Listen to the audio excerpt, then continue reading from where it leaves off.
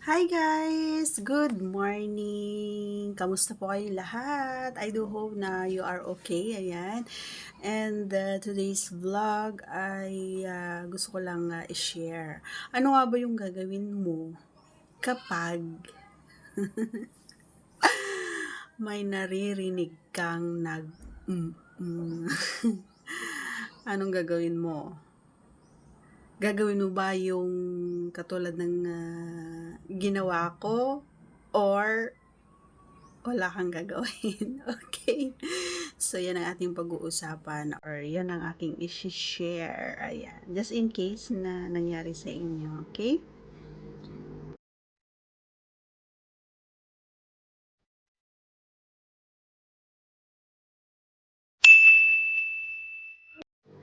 So, ayun nga.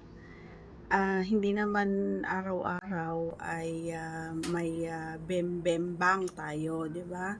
At hindi naman araw-araw ay ginagawa natin ito. And bilang isang may kapitbahay, ayan. So, talagang minsan may maririnig at may maririnig ka talaga. Ako kasi talagang itinataon ko kasi nga kung nanonood ka sa lahat ng mga vlogs ko ay alam mo kung anong klaseng tao ako or anong klaseng girl ako every time na merong bembangan, 'di ba? So, kung hindi mo pa alam kung anong klase ako makipagbembang-bembangan ay panoorin mo lahat ng mga videos natin dyan and mag-member ka, mag-join ka sa ating membership kasi yung iba na sa membership yon. Yung mga alam mo yung medyo nakaka-excited na mga videos na andun sa membership, kaya mag-join po kayo para mapanood nyo yung mga hinihiling nyo na mga i-videos natin, i-video natin ay naandun po yun. Ayan. And thank you so much in advance sa mga magjo-join. Ayan, murang-mura lang mga idol, kaya kayang-kaya niyo yan. And wala pang lagpas sa 100 yata. Okay? Pero yung depende dun sa pipiliin mo. Alright, so proceed na tayo. Ako kasi kapag may nangyayaring or may nagkakataon na gano'n is itinataon ko na yung malakas ang ulan or malakas magparadyo yung mga sila or basta yung medyo maingay ang kapaligiran gano'n para hindi masyadong halata, hindi masyadong obvious. Ngayon, isang araw yon mga idol, tanghaling tapat. And siguro akala nila wala tayo kasi nga nakasarado yung pinto natin and talagang hindi ako nagsasalita gawa nga nang nag-e-edit ako ng mga videos. So, akala nila ay wala ako. And then, medyo may naririnig-rinig na ako na yung yung katre, yon naririnig ko na yon. And alam mo naman yung tunog at saka yung tunog na parang bababa ka lang or may ginagawa ka lang na nagtutupi ka or nag-aayos ka ng mga unan, mga punda or basta yung nagpapalit ka ng mga bedsheets, mga ganyan. So, and alam ko kasi nga mamaya-maya narinig ko na yung boses ng babae. Iba na talaga yung naririnig ko and sunod-sunod na yung naririnig ko na na boses nung babae. Actually, mga bata pa sila no? Mga bata pa sila kaya medyo sila. Talagang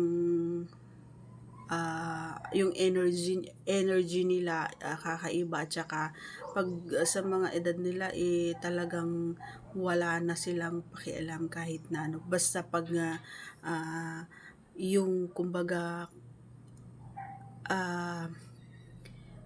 kung ano yung nararamdaman nila talagang inilalabas nila, kumbaga hindi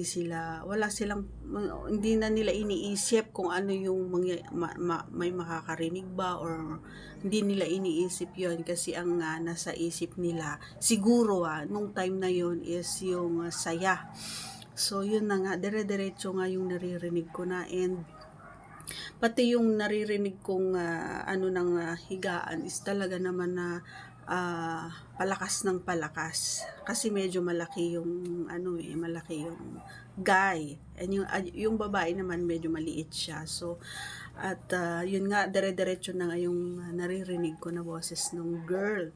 And nagulat na lang ako sa sarili ko kasi bakit habang naririnig ko yon, so nagpatugtog ako, nagpa-music ako para hindi ko marinig, pero yung music ko naglagay ako ng headset para hindi nila alam na ano, kasi baka ma-awkward kumbaga, no?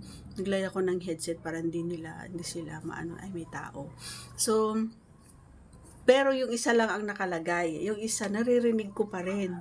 And then nagulat na lang ako sa sarili ko kasi ano na siya, yung kamay ko na andun na sa baba. Nagulat na lang ako, and then mamaya yung yung boses ng babae na naririnig ko ginagawa ko na rin, mga idol. Nagulat ako, and alam mo yung gayang-gaya ko, kumbaga yung naririnig ko, nagagaya ko na siya. And syempre gaya nga ng sinabi ko, parang wala na silang pakialam kung may tao man o may nakakarinig. So sinasabayan ko siya, and yun, nagulat na lang ako hanggang sa may narinig ko na din yung boses ng guy.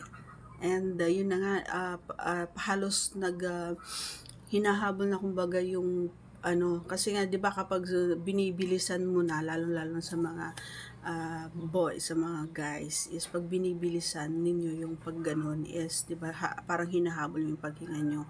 So kami naman kasi ang sikreto naman kasi kapag ganun, pag kami yung nagtatrabaho is yung pag ano namin, yung boses namin is palakas ng palakas, yung paghalingi namin palakas ng palakas. And kayo naman yung paghinga nyo ano na siya, pabilis ng pabilis. So habang naririnig ko yung boses nila at yung langit-ngit ay alam mo ba, ayan, masaya kong ipapamalita na halos nakasabay ako sa kanilang dalawa. Halos nakasabay ako na yung saya nila ay nakasabay ako, and yun nga, hindi nila alam na may kasabay sila nung time na yon. And okay lang naman, at kasi yung time na yun gusto kong matulog, pero nahihirapan akong makatulog. So yun, nung nagawa ko yon, yung nakisabay ako doon, ay tapos noon parang feeling ko ako yung nagtrabaho, or feeling ko ako yung napagod. So nakaidlip ako, mga idol, o nakaidlip ako. So yung tanong ko, kung ikaw yun, kung ikaw ako, anong gagawin mo? Gagawin mo rin ba yung ginawa ko, or nagawa mo na ba yung ganitong bagay, or na-experience mo na ba? So i-share mo naman dyan sa comment section natin, and share mo na tell me kung taga saan ka na rin para shout out kita on our next vlog. Ayun, gusto ko lang i-share, ayan, and you can also share your stories down. Please comment down below, and if you're not yet connected to our channel, please do subscribe and click our tiny notification bell so that you'll be updated every time we have a new upload videos. Thanks for watching, everyone. See you again on our next vlog. Bye! Take care, cause I care.